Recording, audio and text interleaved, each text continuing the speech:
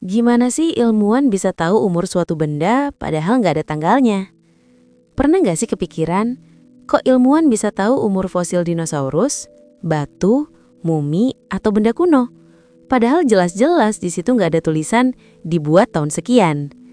Nah, di video ini kita bakal ngobrol santai soal cara ilmuwan nebak umur benda, dari yang kelihatannya kayak sulap, sampai yang ternyata pakai logika dan sains yang dalam banget. Tenang, bahasanya nggak ribet, kita bawa santai aja.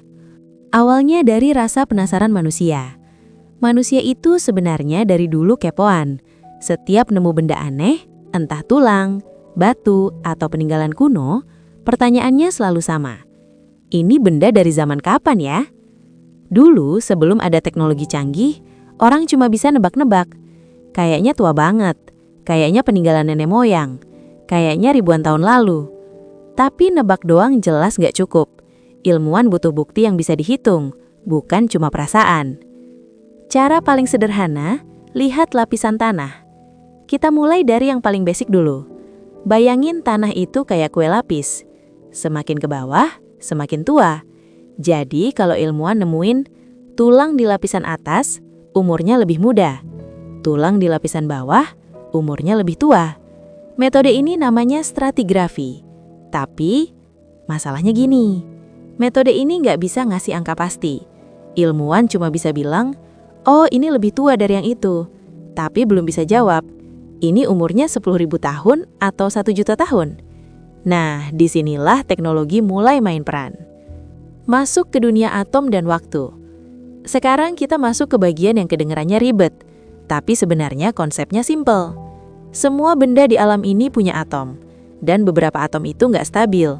Mereka pelan-pelan berubah sendiri seiring waktu. Nah, perubahan inilah yang dipakai ilmuwan buat ngitung umur benda. Metode paling terkenal, karbon 14.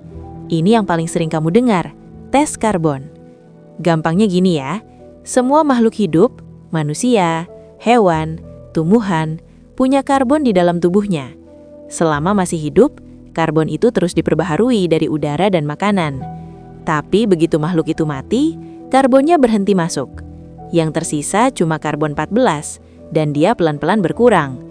Ilmuwan tahu, karbon 14 berkurang setengahnya setiap 5.730 tahun.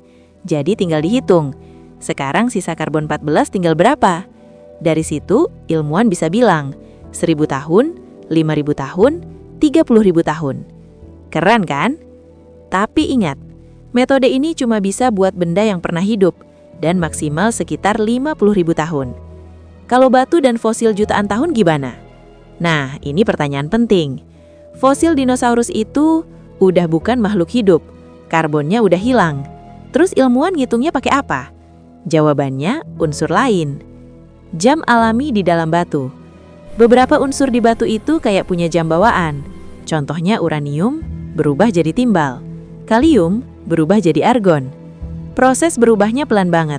Bisa jutaan tahun, ratusan juta tahun, bahkan miliaran tahun.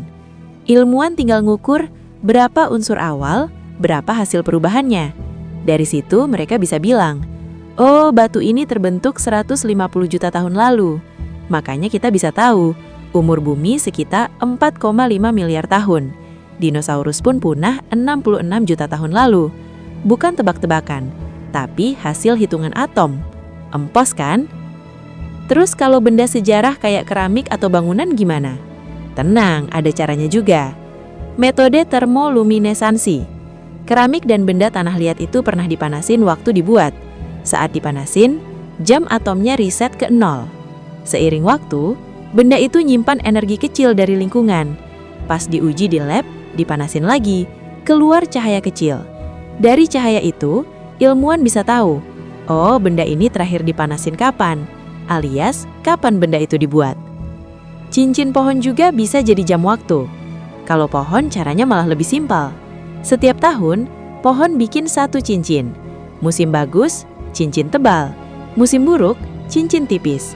Ilmuwan tinggal ngitung cincin. Oh, pohon ini umurnya 300 tahun. Bahkan bisa tahu tahun kering, tahun hujan, bencana alam. Pohon itu kayak buku diary alam. Kenapa ilmuwan bisa yakin? Mungkin kamu mikir, Emang bisa seakurat itu? Jawabannya karena metodenya saling ngecek satu sama lain. Satu benda biasanya dites pakai lebih dari satu metode. Dibandingkan dengan lapisan tanah, dicocokkan dengan data lain. Kalau semuanya cocok, hasilnya dianggap valid. Kesimpulan, waktu itu terekam di alam. Jadi sebenarnya alam itu nyimpan memori. Di atom, di batu, di pohon, di tanah. Ilmuwan cuma belajar cara membacanya. Bukan sihir, bukan tebak-tebakan, tapi kesabaran, sains, dan logika. Jadi lain kali kalau kamu lihat fosil di museum atau benda kuno di buku sejarah, ingat satu hal. Benda itu sebenarnya lagi cerita, cuma kita perlu alat buat dengerin ceritanya. Kalau kamu suka bahasan kayak gini, jangan lupa like, subscribe, dan share, biar kita bisa ngobrol santai soal sains lagi di video berikutnya ya.